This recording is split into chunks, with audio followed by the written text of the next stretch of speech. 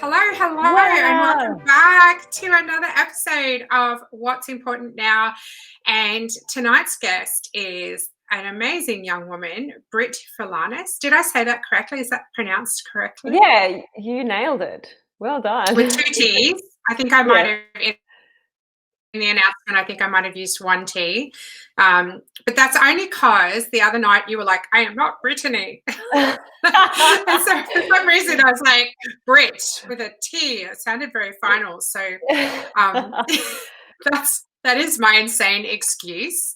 I'm really sorry. I hate getting No, people's that's names all wrong. good. People always get my name wrong, like all the time. And Well, we've had a conversation about your name, and it's oh, evolving that's right true. now. So It is that's just going to evolving. You're happen. right. Yes.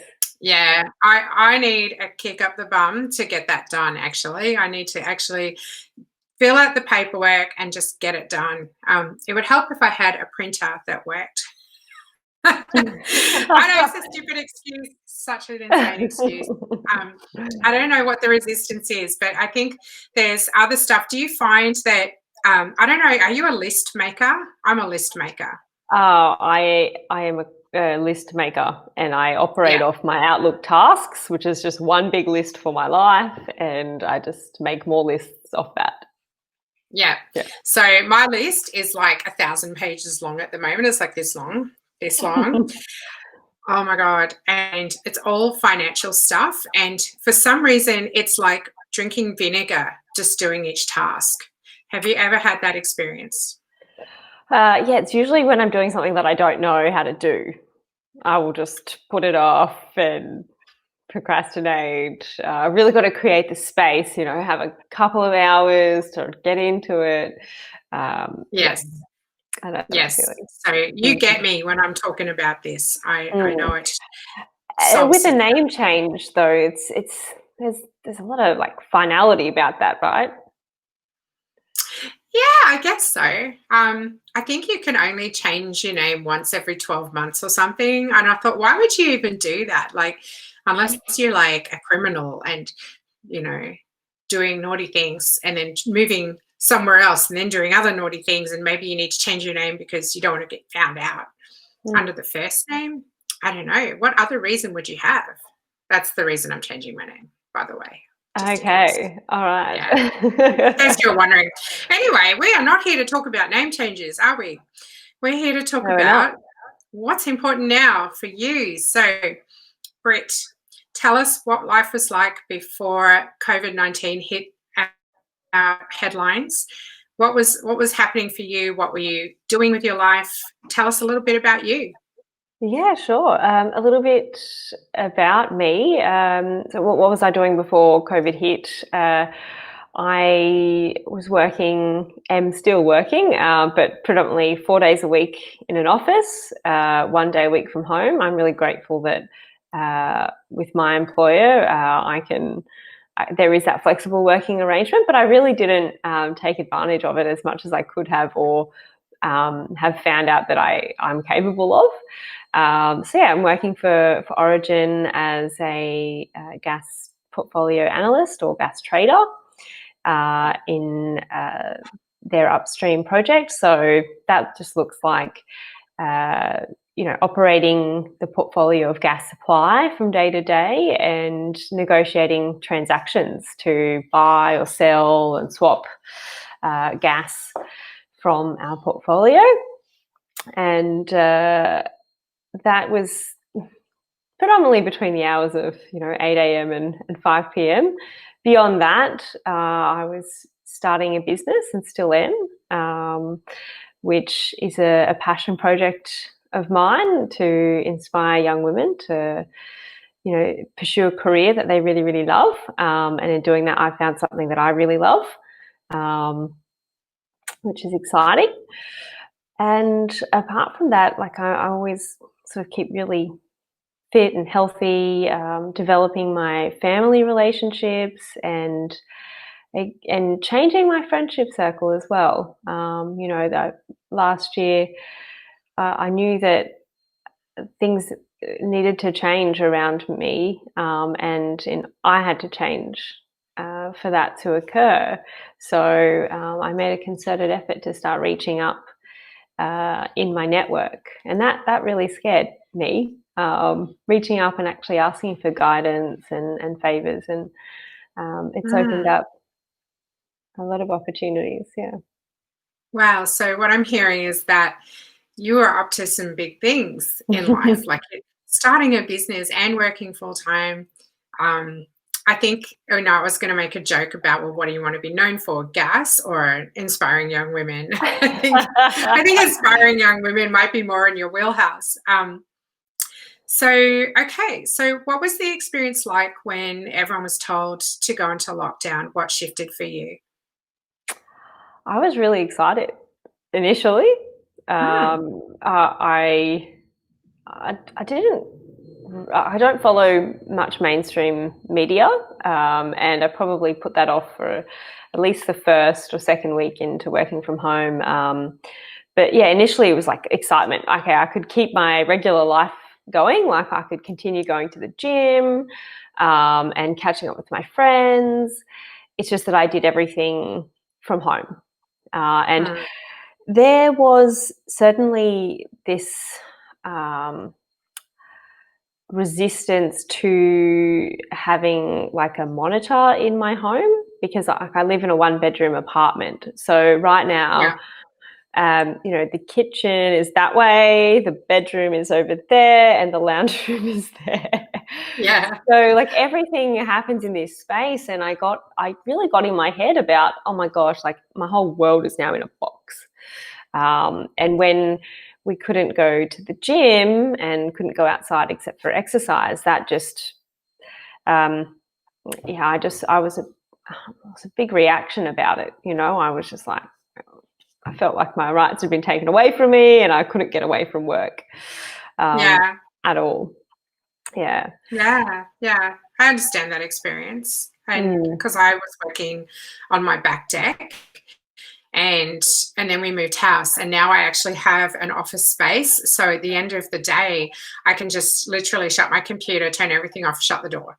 And mm, then go into the rest of the house and I can separate the spaces. But if you're in a one bedroom apartment and you can't get away from that computer monitor, I can totally imagine that that would be annoying. Well, and that's what I had decided. I decided that big black monitor was going to trigger work, Mm. and um, I resisted buying it for 2 weeks, and then it came 2 weeks later, and I had to spend like at least a week trying to find a monitor because they were all sold out in Mm. Australia.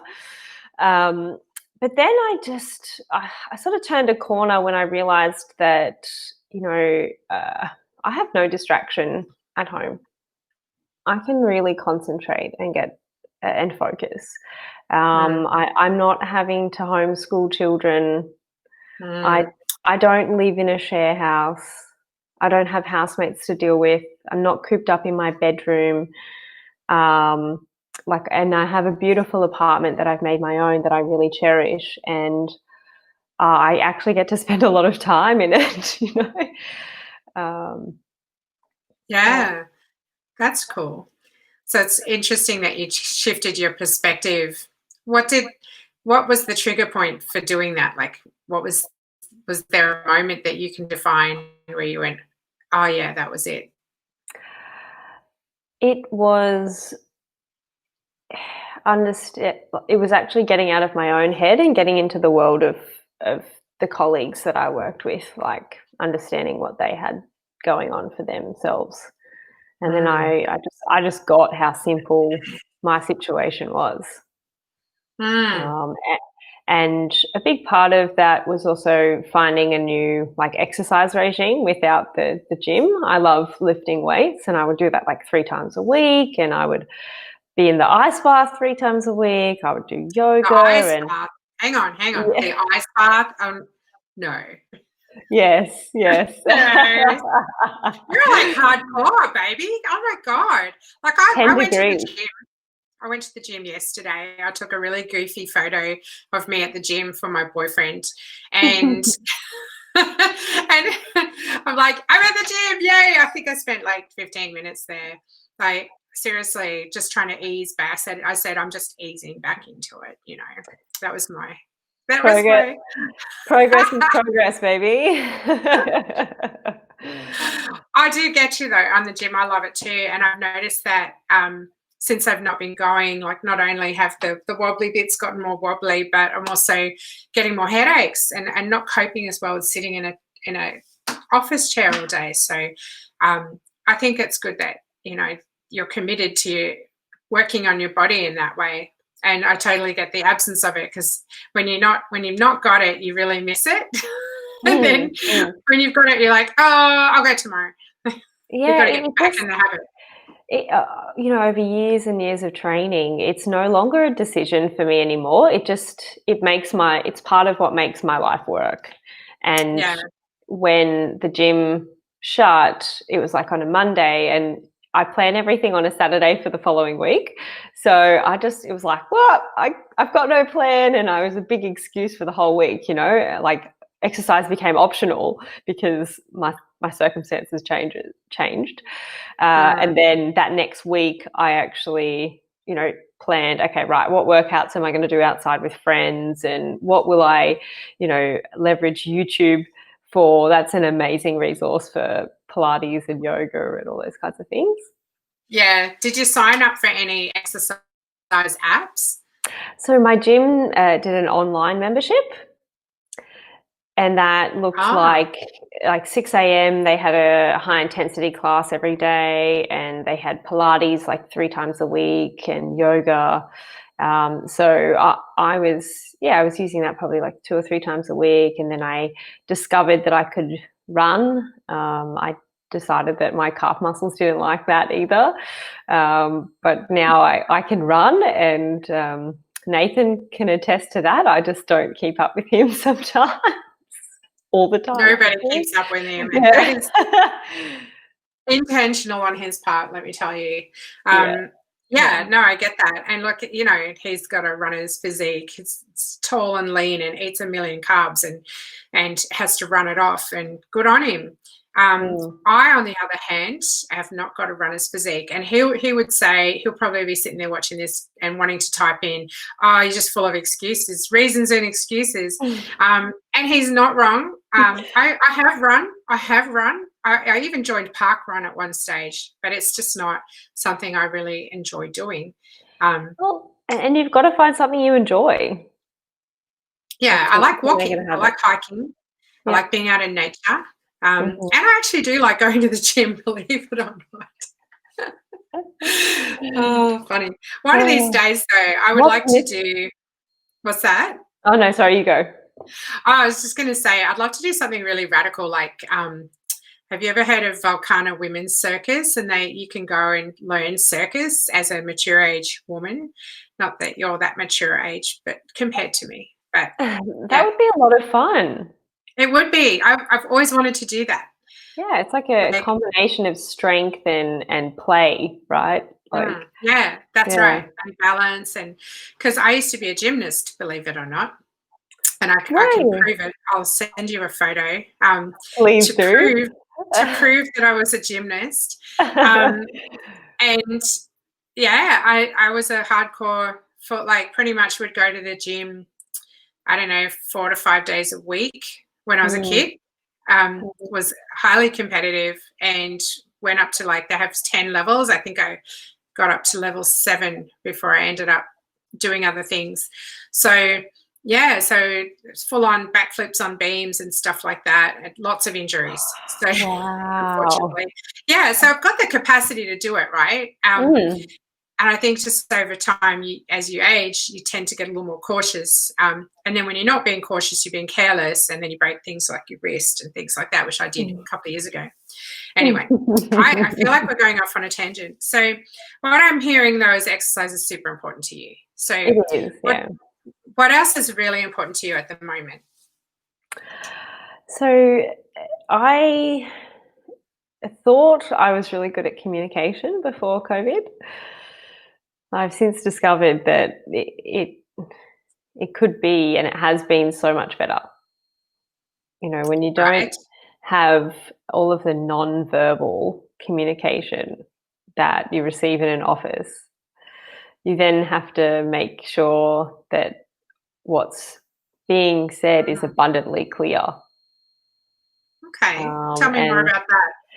well, I just found myself reaching out without hesitating to go, find someone and make an excuse like they weren't at their desk, so I couldn't talk to them. Um, Mm.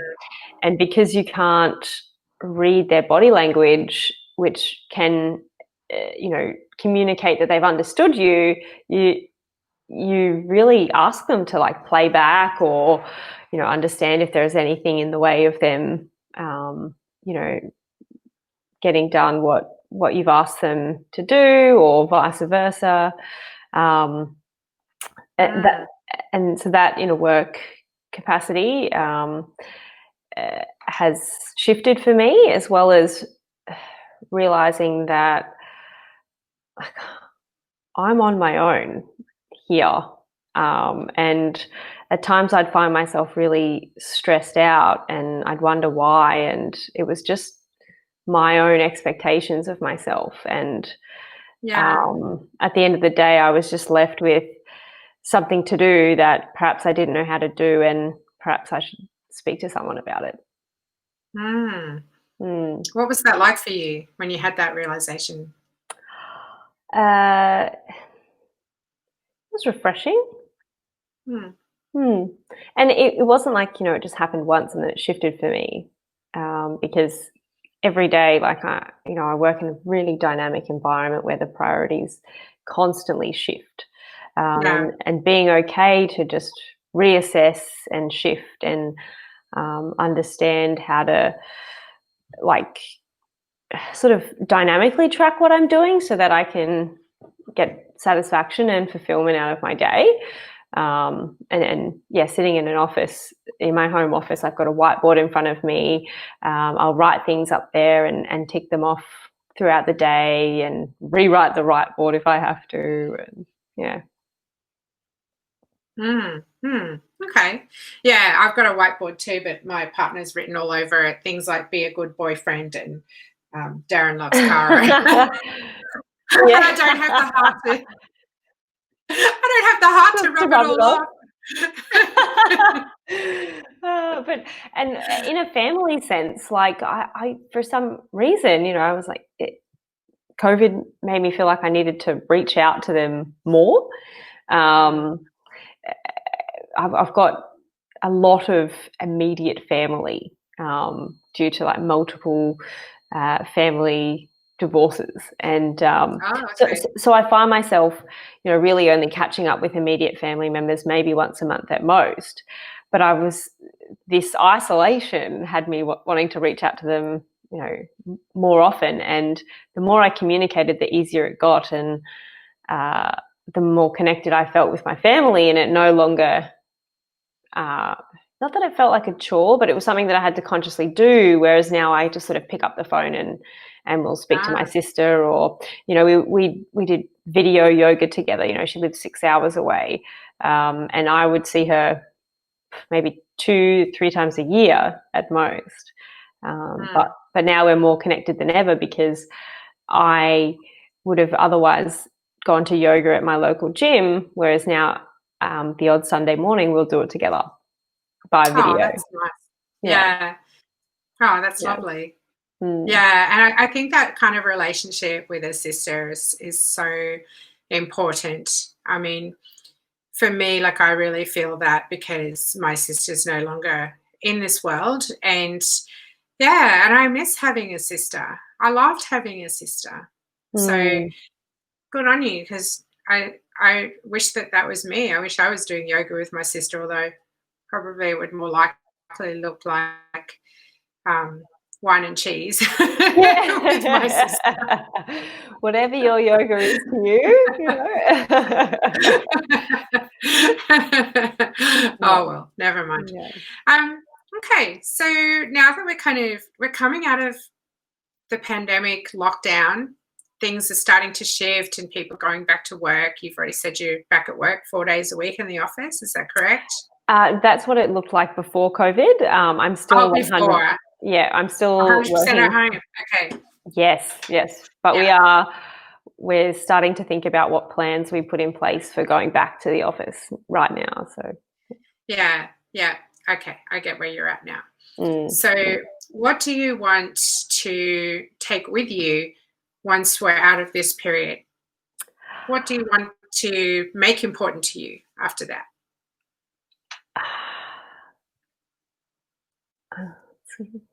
What do I want to make important to me? The the ability to continue to integrate my paid employment and starting a business and development of myself and friendships, like just continue to integrate all of those things, because that's what has happened during COVID. Mm, I have been so much more flexible about the way in which I do my work and the mm, way in which I socialize. And I want to maintain that. And that looks like me actually being in the office at a maximum of 2 days a week, um, mm, and and the rest of it actually being at home here and getting my work done. Mm. mm. Interesting. Do you still tend to work between like 8 and 5, or do you tend to flex it up a little bit and give yourself a break and then maybe go take a nap and then come back to it again and work till a bit later? Or is that just me? I've had power naps. Definitely had power naps. Um, with the sort of work that I do, a lot of it's like business development. So there's a lot of socializing that goes on that doesn't feel like work at your desk. Yeah. Um, but I generally do my origin job between the hours of like 7:30 and 6 p.m. And then I will work on the business early in the morning. So I wake up at 4. I would do an hour between Wow. 5 and 6, then get an hour of exercise, have some food, and then start work. Yeah. That is incredible. Like you Mm. are just making me sweat thinking about it. I like that's awesome. That's Thank really awesome. you. I'm so inspired by that. And like it just puts me to shame with my whole 6 o'clock get up this morning, thinking I was Well, such a legend for getting up that early. but like So I'm a morning person, right? So I know that works for me. And what I find challenging is actually getting to bed at a time that means that I will have 7 hours sleep so that I can get up at 4 and do the things I need to do. yeah. Um, but one of the things that I do want to take in out of COVID is the compassion that I have shown myself throughout this period. Like it takes quite a lot of um, compassion to realize, okay, I'm the source of my own stress, and that's just how it was, and it doesn't have to be that way anymore. Um, Mm, and okay, I didn't get done what I wanted to do today, and nobody's standing over my shoulder, nor have they ever. But you put 110% in today, and tomorrow you're just going to show up again mm. and um, and put your most into it. Yeah, like yeah, Wise words. yeah. Thanks. So before we finish, tell me a little bit about the project that you're doing. So where is it at the moment? So the company's called Goji, and what the position we're at the moment is developing the pilot software and onboarding a company or two to actually trial that software with. So we have a line of sight to 2 companies that would like to trial the software from December to January and February next year. And we're working with a high school, to test like the student interactions with the system. Uh, so yeah, that's where we're at, That and sounds we're phenomenal. That's yeah, really thank great. you. And Yeah. COVID hasn't enabled me to have a routine where I can work an hour in the morning on this business, because I'm not having to put makeup on and decide what to wear and commute, even though it's half an hour, like I can walk to work in half an hour, that's half an hour I get back in my day. Yeah. Yeah. Yeah, no, I totally hear you on that. I love that I can just get up, have a coffee, and come down here and start early, and gives me a bit more flexibility in my day too. So, um, yeah, it's one of the nice side effects, I guess, for those of us who are lucky enough to be actually employed. I totally don't take that for granted. Having spent a considerable amount of my life being a freelancer, it's unbelievable what a blessing Yeah. that is. Uh, There is a comment. Can you see that comment on the side? I Who's did. there? Oh, it's Nathan. It's Nathan. There you go. Yeah, and that was another thing, you know, like I really, COVID changed the way in which, like I viewed the general roles in society. You know, like I was extremely grateful for having a job that I already really enjoyed, but I viewed everyone at Woolies that was, you know, stocking the shelves as heroes during that time. They really were. Like otherwise, there would be nothing for us to panic buy. Yeah. But, Yeah. yeah. I totally get what you mean. It's totally given me a different perspective on people who work in service jobs that you kind of think, oh, that's mostly high school kids, or and I've got two kids who work at Macca's, and one of my kids said someone came in and was abusing everybody, and it really has an impact when people behave like that. And for these kids in their formative years, their first employment situation, it definitely could leave a mark, but they've been superbly resilient under that kind of stress. So I'm super proud of them both for what they've achieved. Yeah. Okay, so we're nearing the end, and I do this thing at the end of my interviews where I acknowledge my guest. So just hang on to your seat, because you're about to get acknowledged. Yay! So, and some people really hate this bit because, and I don't know why they hate it. Well, I kind of do. I do know why. People don't like being acknowledged, even though it's really good for them. So here you go, Britt. I want to acknowledge you for putting your hand up to be interviewed, because it takes courage, and particularly knowing that you have never done this before. That takes an amazing amount of courage. Being someone who gets up at 4 o'clock in the morning and exercises and works on your startup and then goes to work is really epic. So you should be acknowledged for that too. Being someone who wants to empower young women. If I'd had someone like you in my life as a young woman, how different could my life have been? Like, if I actually had someone cheerleading me, telling me I could do anything, that might have made a huge difference to me. So that is pretty amazing. And what else? I guess I feel really inspired. So I just want to acknowledge you for inspiring me tonight. It's been an amazing conversation, and I really, really appreciate you coming on the show. Thank you, Cara. And I'd like to acknowledge you for just creating this really comfortable space for me to be in tonight. Because, I've never done this before, and I've really enjoyed it.